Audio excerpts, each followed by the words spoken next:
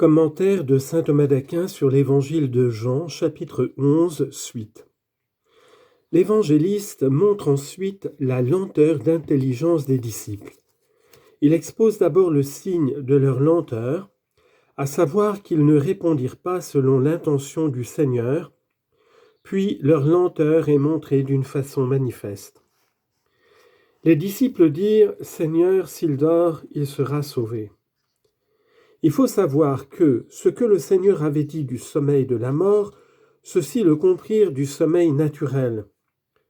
Et parce que le sommeil des malades est d'ordinaire l'indice de la guérison, les disciples lui dirent « Seigneur, s'il dort, il sera sauvé ». Comme s'ils disaient « Ceci est manifestement un signe de guérison ». De telle sorte qu'ensuite il conclurait « Seigneur, s'il dort, il ne semble pas utile que toi tu ailles le réveiller ». Jésus avait parlé de sa mort, mais eux pensèrent qu'il parlait du repos du sommeil. Il montre ici la lenteur elle-même. Jusqu'alors, en effet, ils étaient sans intelligence. Citation, « L'homme naturel ne perçoit pas ce qui est de l'Esprit de Dieu. » 1 Corinthiens chapitre 2, verset 14. C'est pourquoi aussi le Seigneur leur dit « Et vous aussi êtes-vous encore sans intelligence ?» Matthieu chapitre 15, verset 16. Il est dit du sage « Il sera attentif à la parabole et à son interprétation, aux paroles des sages et à leurs énigmes. » Proverbe chapitre 1, verset 6. Alors Jésus leur dit ouvertement « Lazare est mort, et je me réjouis pour vous de n'avoir pas été là, afin que vous croyiez. Mais allons vers lui. » Le Seigneur manifeste ensuite explicitement son intention de le relever. D'abord, il leur annonce la mort de Lazare, ce qui relève de sa science. Ensuite, il laisse entendre l'affection qu'il éprouve au sujet de sa mort, ce qui relève de sa providence. Puis il leur fait comprendre son dessein d'aller auprès du mort, ce qui relève de sa clémence. Il annonce la mort en disant clairement « Lazare est mort ». Il a subi la loi commune de la mort qu'aucun homme ne peut esquiver. Citation. « Quel est l'homme qui vivra et ne verra pas la mort ?» Psaume 88, verset 49. Il montre son affection au sujet de sa mort en disant « Je me réjouis à cause de vous de n'avoir pas été là, afin que vous croyiez », ce qui peut être expliqué de deux manières. D'une première manière ainsi, nous avons appris la maladie de Lazare. Mais moi, alors que je suis absent, j'annonce sa mort, et je me réjouis à cause de vous, c'est-à-dire pour votre intérêt, pour qu'à partir de là, vous tiriez l'expérience de ma divinité, parce que dans l'absence de la réalité, je vois. Citation, « Tout est nu et à découvert à ses yeux. » Hébreux chapitre 4, verset 13. Ce n'est pas étonnant parce qu'il est lui-même présent à toutes choses.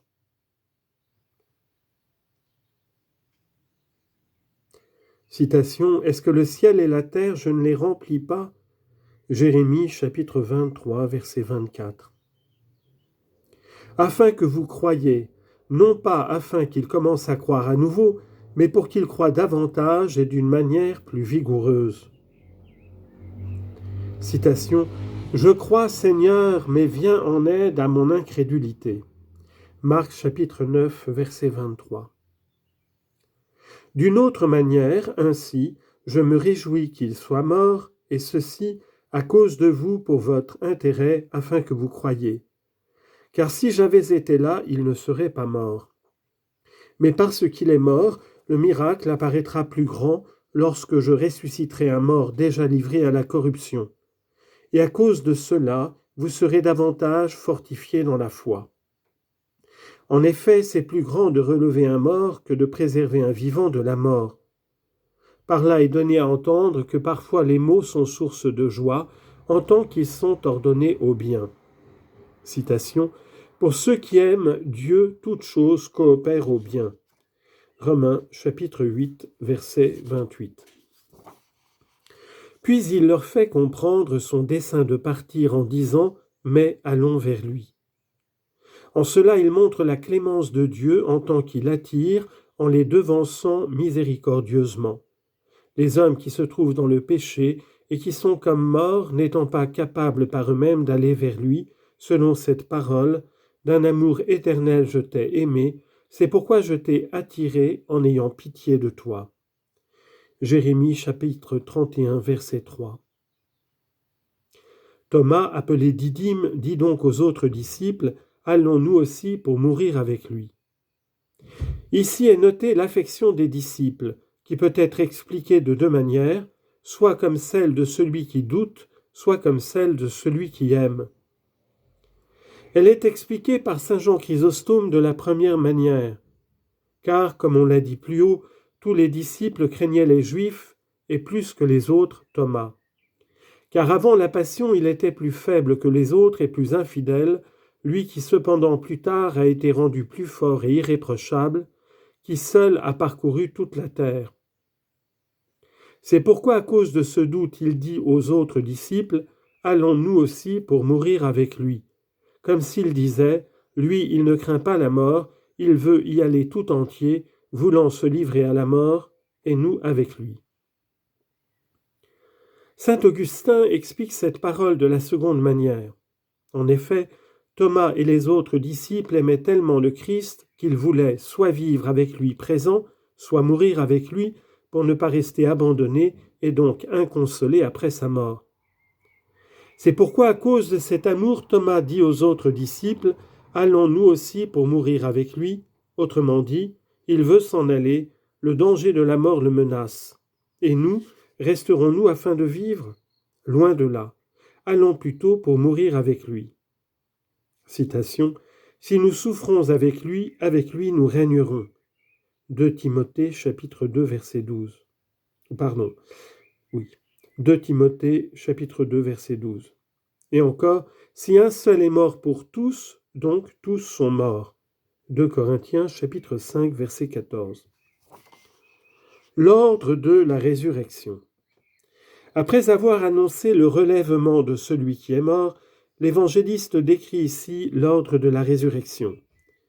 Il commence par montrer ce qui se rapporte aux autres, d'abord la condition de celui qui est mort, ensuite la consolation des foules à l'égard des deux sœurs, enfin la dévotion de ces dernières.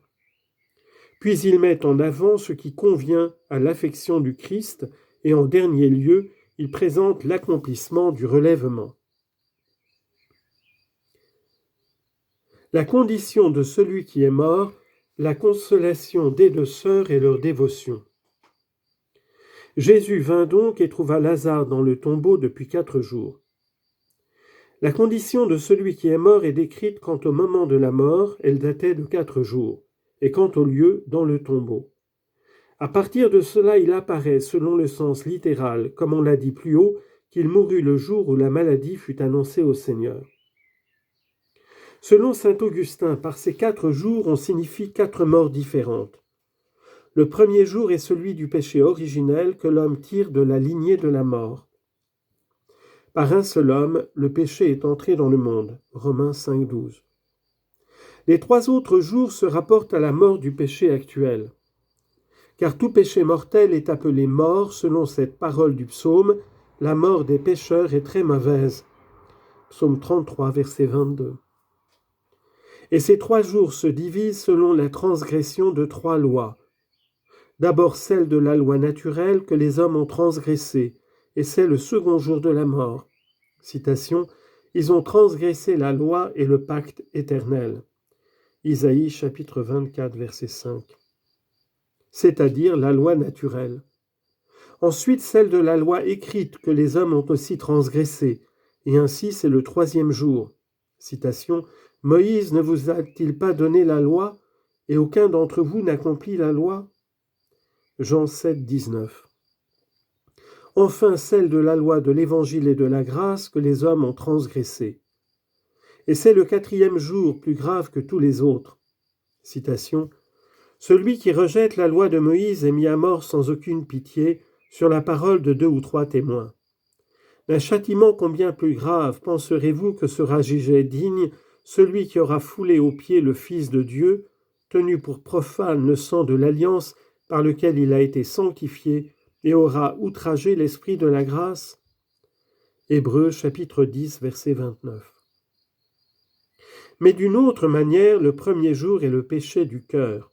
Citation, « Enlevez le mal de vos pensées » Isaïe chapitre 1, verset 16. Le second jour est le péché de la bouche. Citation, « Qu'aucune parole mauvaise ne sorte de votre bouche » Éphésiens 4, 29. Le troisième jour est le péché des œuvres dont il est dit « Cessez d'agir d'une manière perverse » Isaïe 1, 16. Le quatrième jour est le péché des habitudes mauvaises au sujet duquel il est dit « Ainsi vous aussi, vous auriez pu faire le bien alors que vous avez appris le mal » Jérémie 13, 23.